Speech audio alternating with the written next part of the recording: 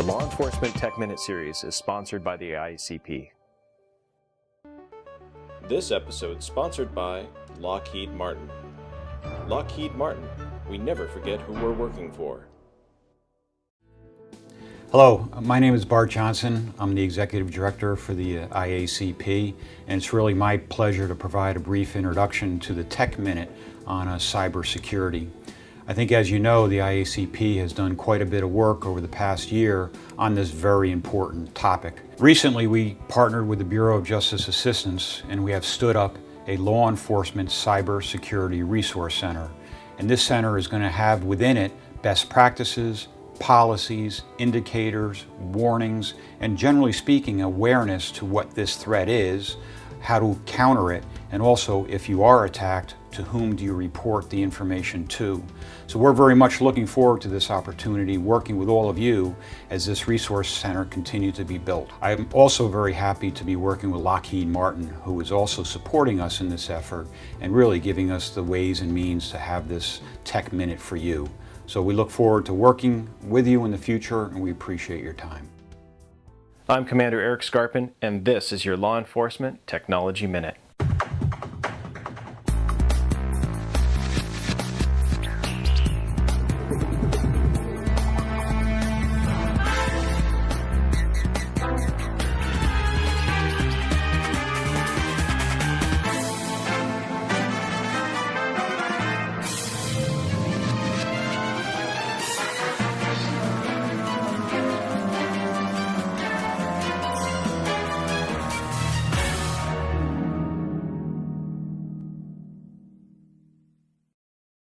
The current climate in cybersecurity. Cybersecurity is a relatively new and emerging threat for law enforcement. It's not a topic that's consumed much of the time or attention of most police chiefs 10 or 20 years ago, but increasingly it's become a major concern for police agencies around the world. In this, the first of a two-part series, we'll take a look at cyber threats and risks that confront law enforcement organizations today, and discuss several facts that demonstrate how risks related to cybersecurity have evolved in recent years. The FBI recently restructured their priorities to indicate that cybersecurity is a significant priority, second only to terrorism. In February of 2013, a 9-page presidential order on cybersecurity was released. This order stated that the cyber threat to critical infrastructure continues to grow and represents one of the most serious national security challenges we must confront.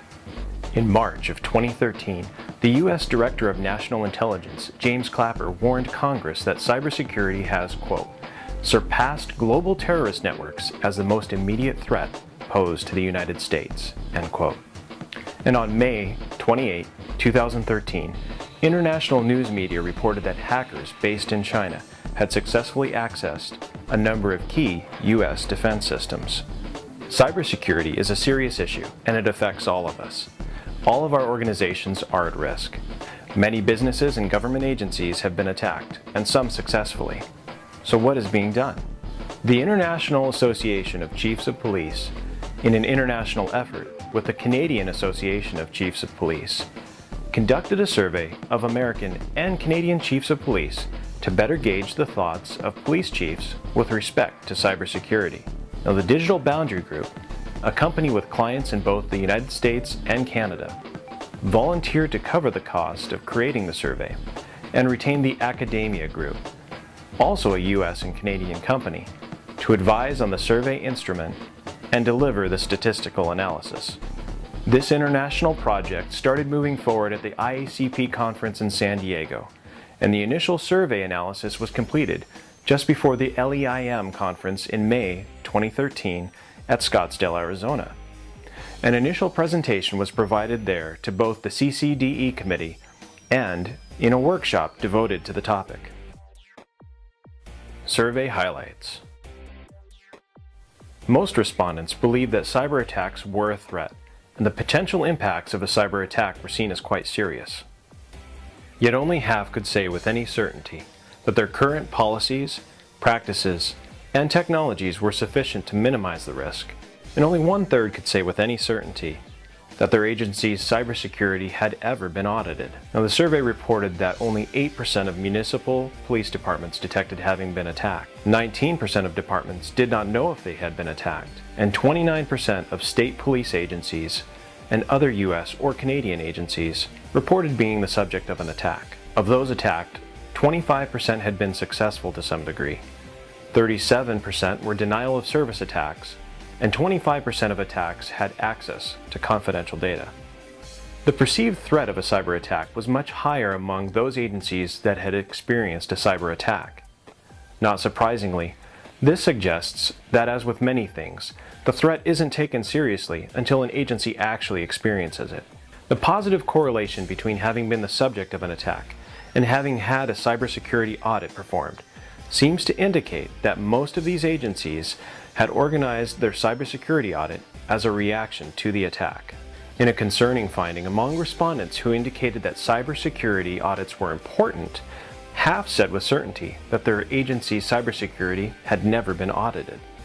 The percentage of chiefs who responded unknown on a number of questions was relatively high, which suggests that many aren't up to speed on the status of cybersecurity in their organization. Overall, data indicates that cyber attacks are seen as a real threat with potentially damaging consequences, yet many organizations are doing relatively little to mitigate the risks. Comments from Chief Dugan.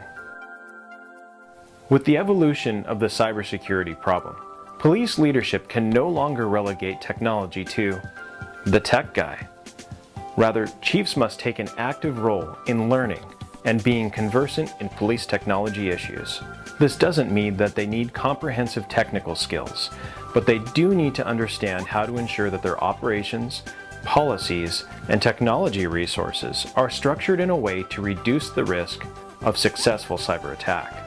Police leadership must understand what policies and proactive steps can substantially reduce the risk of a cyber attack without hobbling the benefits that technology provides to commanders, investigators, and officers on the street. Sean Dugan, the Assistant Chief of Police in charge of the Investigative Services Bureau of the Scottsdale Police Department, recently noted that the exponential and unparalleled change in technology in body-worn video, cloud storage, in-field fingerprinting, smartphones and iPads for patrol, integrated CAD, RMS, and GIS, and more is changing the nature of police work. One of the greatest challenges facing policing today is our ability to keep pace with changing technology that will transform our profession. Therefore, it's imperative that police leadership possess the fundamental knowledge and the qualifications necessary to navigate through the ever-changing world of police technology.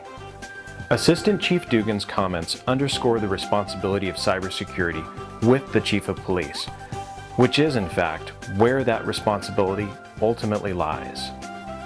Building robust, secure, and resilient information systems and resources requires knowledge, planning, commitment, and persistence. In the next segment of this series, we'll explore the types of actions that your agency can take to reduce your risk of cyber attack. We'll examine the kinds of assessments and stress tests that agencies can perform to provide you with real-world confidence in the security of your systems. Recent revelations in the intelligence community underscore the importance of this issue in ensuring that data entrusted to our agencies remain secure and that we retain the community's trust.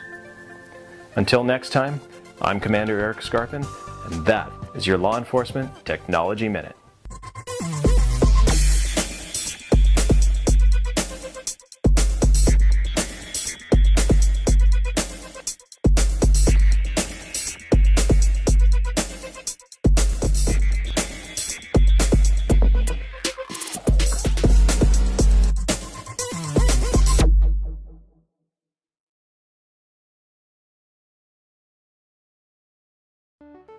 This episode sponsored by Lockheed Martin.